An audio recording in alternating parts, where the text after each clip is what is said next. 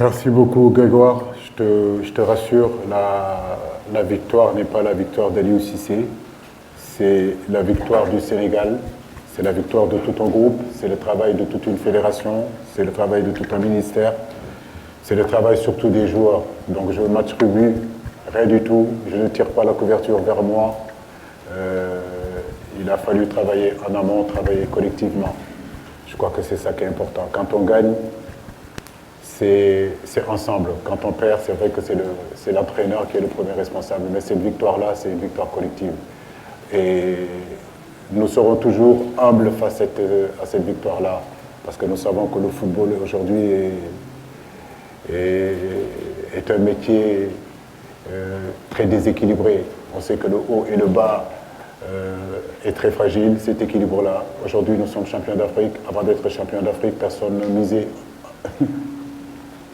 un seul franc sur nous. Donc ça veut dire qu'aujourd'hui, nous restons quand même focus sur l'essentiel. Je l'ai dit tout à l'heure dans mon introduction, le football de haut niveau, le football professionnel ne se nourrit pas du passé. Aujourd'hui, nous sommes en face de vous pour parler de ces deux matchs qui sont très importants. Vous me parlez aujourd'hui d'un poste où on a Youssouf Sabaly et Bouna Sarr. Je trouve que c'est très bien. C'est très bien d'avoir vraiment de très grands joueurs, très grands défenseurs qui est Bouna, très grand joueur qui est aujourd'hui Youssouf Sabaly. Je pense que c'est très important pour nous.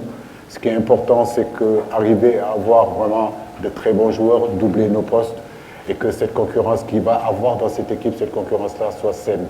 Parce que les joueurs l'ont vu. Aujourd'hui, quand vous gagnez, ce n'est pas seulement les 11 qui sont sur le terrain qui bénéficient de cette victoire-là, mais c'est l'ensemble du groupe. Et aujourd'hui, ce qu'ils ont joué, ce qu'on peut jouer, vous avez vu à la finale, tout le monde était heureux d'être là. Donc cette concurrence, elle sera là. Elle sera partout sur le terrain. Bouna Sarr a cette faculté de pouvoir jouer beaucoup plus haut sur le terrain. C'est ce qu'il fait avec le Bayern. Mais sur les postes de côté, nous le savons depuis des années, le Sénégal doit continuer encore à peaufiner, à aller se renforcer dans ce domaine-là. Ça veut dire que les excentrés, ça veut dire que nos ailiers. Aujourd'hui, on a Ismaël Assar, on a aujourd'hui des garçons comme Bamba Dieng qui sont capables d'y jouer, Sadio est capable d'y jouer. En gros, ce que je peux vous dire, c'est que c'est une équipe qui va être compétitive. Et quand on parle d'équipe compétitive, on a aussi des joueurs compétitifs. Et l'essentiel, c'est que les joueurs qui seront convoqués et qui sont amenés à être titulaires fassent le travail et que ceux qui sont derrière poussent. Et je crois que c'est comme ça que le Sénégal gagnera.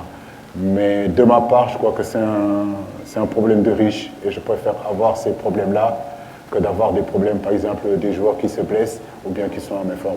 Ça, c'est un problème qu'on peut gérer quand on est entraîneur. Le joueur qui parlait de l'importance de Youssouf Sabaly, il a eu à faire ses preuves. Il a été en réalité écarté des 28 parce qu'il était blessé. Mais Sabaly fait partie de cette équipe nationale. Sabaly fait partie de l'histoire de cette équipe nationale. Donc je trouve que c'est juste normal, à partir du moment où il est compétitif, de revenir au sein de la tanière. Concernant la planification, nous voyageons normalement dans la nuit de samedi à dimanche, si je me trompe pas, pour arriver à Marrakech. On aura l'ensemble des joueurs normalement le lundi. Ils vont atterrir à partir de 15h et je crois que le premier entraînement, la première séance sera vers 19h, le temps de les laisser récupérer. Le mardi, on aura une autre séance vers, très tard. Le mercredi, pareil. Et le jeudi, en réalité, on s'entraîne le matin. Non, le jeudi, on s'entraîne au stade du Caire pour pouvoir jouer le vendredi. Retenez que lundi, c'est le début du stage. Il y aura une séance. Mardi, il y aura une séance. Mercredi, il y aura une séance à Marrakech. On voyagera le mercredi matin. Non, on voyagera le jeudi matin pour pouvoir s'entraîner le jeudi après-midi au Caire et jouer le vendredi. Après le match du vendredi, on ralliera tout de suite Dakar pour venir rapidement préparer ce deuxième match-là. Comme vous le dites, le temps est très très très court, mais on a quand même 3-4 séances qui vont nous permettre, si vous voulez, de bien nous préparer. Beaucoup de choses peuvent se passer. Il peut y avoir parfois des méformes, il peut y avoir parfois des blessures, il peut y avoir parfois aussi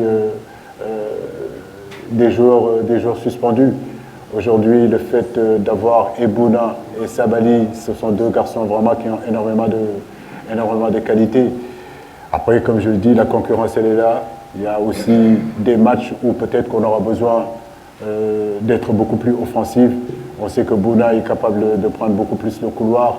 Il y aura des matchs peut-être qu'il nous faudra être beaucoup plus défensif, où Sabali a ses qualités aussi de défenseur, même si je sais que Bouna aussi est capable de défendre proprement. En réalité, pour un entraîneur, c'est important d'avoir aussi d'autres possibilités. Et le fait d'avoir ces deux joueurs-là avec nous, ça nous donne encore beaucoup plus de perspectives. Et c'est intéressant en réalité pour notre stratégie. Donc avoir ces deux joueurs-là, c'est très important. La question que vous allez me poser, je la connais, c'est que est-ce qu'aujourd'hui c'est Sabali qui va être titulaire ou c'est Bouna qui va être titulaire? Je crois que ces choix-là, on les fera par rapport aux formes du moment, par rapport à ce qu'on voit aux entraînements. Mais je suis très content d'avoir les deux en pleine forme.